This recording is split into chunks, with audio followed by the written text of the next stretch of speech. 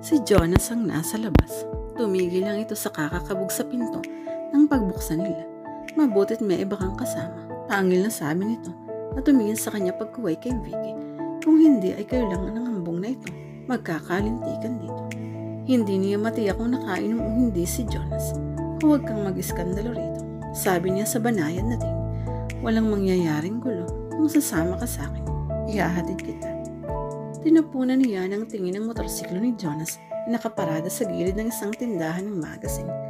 Break na tayo, Jonas. Sabi niya na iniiwasang salubungin ang nagliliyab na tingin nito. Ikaw lang ang nakipag-break. Sa akin, mag-shota pa tayo.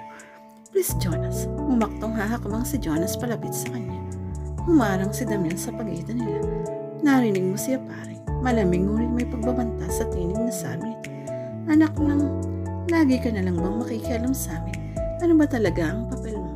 Shota mo na ba si Skyla? Hindi pa, pero titiyakin kong darating kami roon.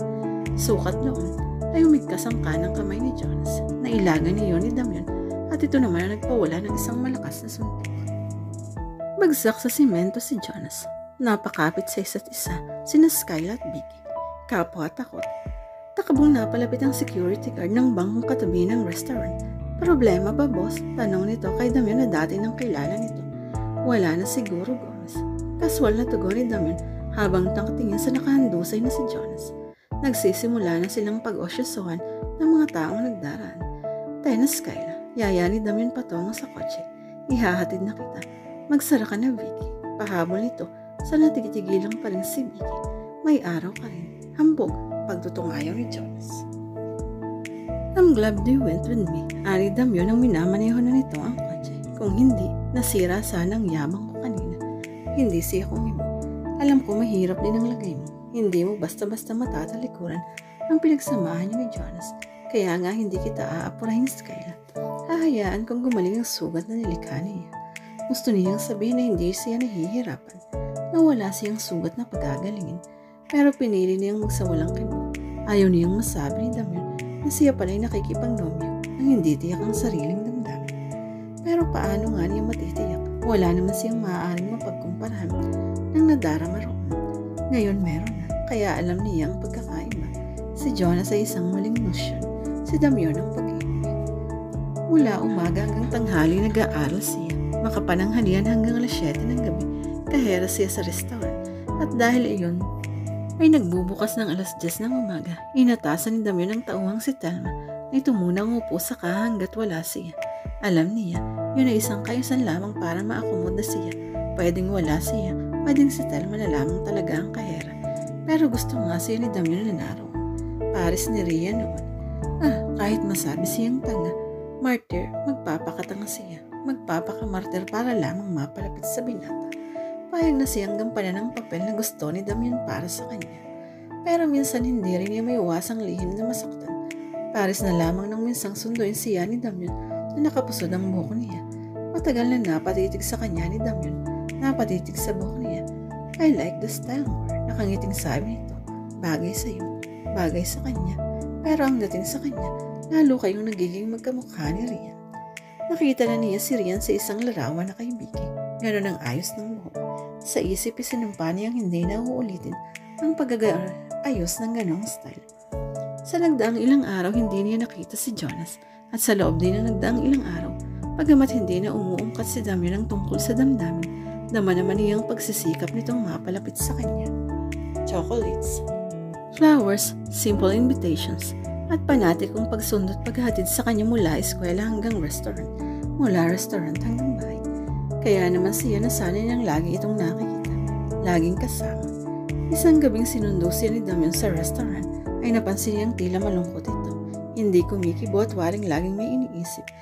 Sa makalawa ng kasal ni Vicky, no? Tanong niya nang magkaroon sila ng pag-uusap. Oo, parang hirap na sagot ni Damian. Mabuti pa siya. Nagtatakang napatitig siya sa mukha nito. Sigurado nang may magmamahal. Ani Damian na tumingin din sa mga mata niya. Pagkaway ibinalik uli ang tingin sa Dan. Ako malabo pa. Natigilan siya.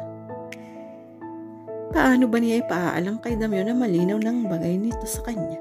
Sasagot na ba siya nang hindi pa direktang tinatanong? Asiwa, ano kaya kung magbigay na lang siya ng hint? Oo, yung palatanda na siguradong mababasa ni Damian ang ibig sabihin. Bukas, pagsundo nito sa kanya sa eskwela. Pabayaan muna niyang malungkot ngayon si Damian at akalaing malabo pang lagay sa kanya. Mas masarap ang isang sorpresa kapag hindi inaasahan, kapag nauna muna ang lungkot kaysa ligaya. Bukas, nagulat ang ate ni Dania nang isuot niya kinabukasan ng bestidang iniregalo sa kanya ni Damian. Akala ko'y papupulahin mo na lang yan sa taguan. Natatawang sabi nito. Kaya't bagay na bagay sa'yo. Kung ikaw si Damian ate, anong iisipin mo kapag nakita mong suot ko ito? Ngayong tinanggihan ko noon, isa lang siyempre. Ano? Excited na tanong niya. Sinasagot mo na ako. Napangiti siya. Gusto lang namang niyang makatiyak. Parang hindi nagdaan sa isip niya ang mga napag-aralan ng araw na yun. Ang gusto lang niya matapos ng klase at mag-uwian. Inip na siyang makita si Damian. Kaya naman halos lakad-takbo ang ginawa niya patungo sa gate ng universidad nang mag-uwian na. Isang kamay ang pumigil sa braso niya nang makalabas ng gate. Si Jonas. Namumula ang mga mata at amoy na amoy ang alak sa hininga.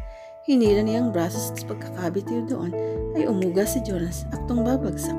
Nabigla siya at kagyat na inagapan nito. Sinakay ni Jonas ang kamay sa balikat niya na tila hirap-hirap na tumayo. Lasing ka, natigilang sabi niya. Dahil sa'yo, pabulol na sabi ni Jonas. Talagang nasira kong buhay ko gawa mo. Pinagtitingin na sila ng mga tao.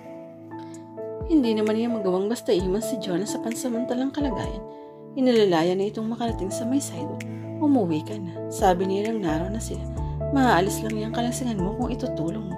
Hindi ko dalang motor ko. Natigilan siya at pagkaway mabilis na nag-isip. Namata ng isang taxi at tinawag niya yun. Huwimpi lang taxi sa harap nila. Pwedeng pa kahit ditong kasama ko mama. Pakiusap niya sa taxi driver. Ibibigay kong address pati na ang bayad. Saglit lamang na nag-isip ang taxi driver. Pagkuway sinulyapan si Jonas. Sige, anito nang matiyak na wala namang problema. Hirap na isinakay niya ng taxi si Jonas. Nakapasok na ang katawan nito sa sasakyan nang bigla siya nitong hilahin paloob. Ano ba Jonas? Galit na sabi ni sabay kalas ng paghawak dito. Palibhasa'y lasing, madali siyang nakalpas. Samahan mo ko. Parang batang sabi ni Jonas. Pigil ang galit na isinalya niya ang pinto pagkalabas. Naglabas siya ng 50 pesos mula sa bag at iniabot sa driver.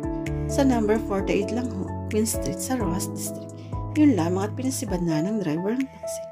Napapabuntong hiningang ihatid niya yun ang tingin. Once and for all, goodbye Jonas. Hindi dumating si Damian at labis niya yung pinagtaka. Ipinasya niyang maghintay ng kalahating oras pa. Minsan talagang nahuhuli ito ng pagsundo sa kanya. Minsan napapaaga. Dahil walang katiyakan ng oras nito, iniisip na niya ang mangyayari kapag nakita siya ni Damian. Paris nang sinabi ng ate Nilda niya, mahuhulaan siyempre ito kung anong ibig sabihin ng pagsusuot niya na iniregalo nito. Ano kaya? Saan kaya siya dadalhin ni Damian? Sa isang romantic place with accompanying holding hands and whisper of sweet nothings. Ngayon pa lamang, nasasabik na siya. Pero nasan si Damian? Mag-aalauna na. Pasado alauna nang matiyak niyang hindi darating ito. Kinonsulan na lamang niya ang sarili sa pag-isip ng dahilan. Importanteng meeting, hindi na iwasang appointment. Hindi bali, makikita rin naman sila tiyak mamaya at makikita rin ito ang pahiwatig na gusto niyang makita nito. Yun nga lang parang nabawasan na excitement niya. Ipinasya niyang mag-isa na lamang magtungo sa restaurant. Sa jeep na siya nang maramdaman ang pangangalam ng sikmura. Past lunchtime na at biglang lumipad ang pag-asa niyang makikita pa sila ni Damian. Well, sa loob-loob niya, sa dinner nilang siguro. So dinner it will be. Wala sa kahang isip niya. 2 beses na nga siyang nagkamali. Sa pagsusukli, mabuti na lamang at napapansin ng mga taga-silbi na siya munang pinagbibigyan niya ng tray na kinalalagyan ng cheat na ngayon na nagdadala ng sukli sa mesa ng customer. Pasado alauna na at ni Anino ni Damian ay hindi pa yung nakikita. Ni hindi ito tumatawag sa telepono. Yung posible namang may nangyaring masama rito. Dati patay alam na nila ngayon pa. Nagpapabuntong hiningang itinining niya ang isip sa kahang. Umaasa siya. Susunduin siya mamaya ni Damian. Ihahatid sa kanila. At patatawarin na niya ito. Tatanggapin na namang dahilan ng pagpalya sa dating ginagawang pagsundo hatid sa kanya. Ngunit inabot na siya ng hanggang alas 8 ng paghintay sa labas ng restaurant. Ay wala pa rin si Damian. Parang maiiyak sa sama ng loob na inot-inot niyang nilakad patungo sa sakayan. May kung anong nagbubulong sa isip niya na hindi talaga darating si Damian. Hindi siya nagpahalata ng katamlayan ng makauwi ng bahay pagamat sa tingin niya sa kanyang ate Nilda. Alam nito na may dinaramdam siya. Iniligpit niya ang mga pinagkainin ng sabi ng kanyang kuya Nardo. Magulo na ngayon kina Boss A, pero gulong masaya. Natigilan siya sa pagpapatong-patong ng mga plato. Bakit? Ang ate ni Dani. Dumating si Rian ng anak niya. Sila lang mag-ina dahil may hindi raw may wasang business si Boss. Gusto yatang masaksihan ni Rian ang kasal ng best friend niya. Parang wala siyang lakas ng tangkaing buhatin ng mga pinagpatong-patong na pagyan. Nasagot na ang mga katanungan niya sa maghapon yun. Dumating na si Rian, ang original. Kaya nakalimutan ni Damion ang duplikado. Siya.